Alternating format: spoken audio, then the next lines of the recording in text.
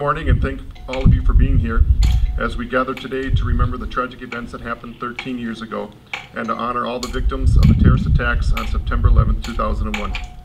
Today we not only remember the victims who died and the civil servants who gave their lives responding to those events, we also honor all the firefighters, police officers, and emergency responders who serve the Amery community every day and to help keep us all safe and secure. We also want to thank some of the people that helped put this event together today. Amery Fire Chief Daryl Christensen and the members of the Amery Fire Department, Amery Police Chief Tom Marson and the members of the Amery Police Department, Nikki Gullickson, the members of the Amery Ambulance Service, Bob Labath and members of the Amery VFW, Don Fansler and members of the American Legion. Our speaker today, Mr. Jeff Elmer, the cadet band under the direction of Ms. Kim Johns, Principal Orly Schock, Byron Bird for releasing the doves, Lance Hiltner and Mason Bosley for playing taps, and finally Allison Ullman and Elias Bo Parrish will be our student speakers. And before I introduce our guest speaker, I just want to make one more suggestion for kids. At the end of the ceremony, we'll be playing taps, and right when taps end, if you turn slightly to your right, you will see a group of doves that will be released. And those doves represent the fallen soldiers from wars past. So again, right when taps are done, if you turn behind you, you'll see doves released at that time. For as long as we live, September 11th will be a date that evokes searing memories and powerful emotions. There were 2,977 people who lost their lives as a result of the attack on September 11th, 2001. Of these victims, 343 were firefighters and 68 were police officers and other emergency. Today marks the 13th anniversary of the September 11 terrorist attacks. We are here this morning in remembrance of the victims of 9/11, as well as to honor all of the firefighters, police officers, and emergency workers who bravely responded to the tragedy. As you proceed throughout the rest of this day and the rest of this week, think about how often we take our freedoms and our liberty for granted.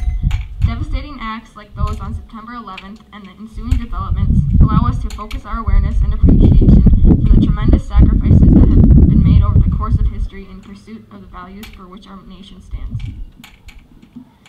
At this time, I would like everyone to stand and join me in a moment of silence to honor all the victims of the September 11th attacks, along with all of the brave men and women who gave their lives fighting for our safety, our freedom, and our liberty.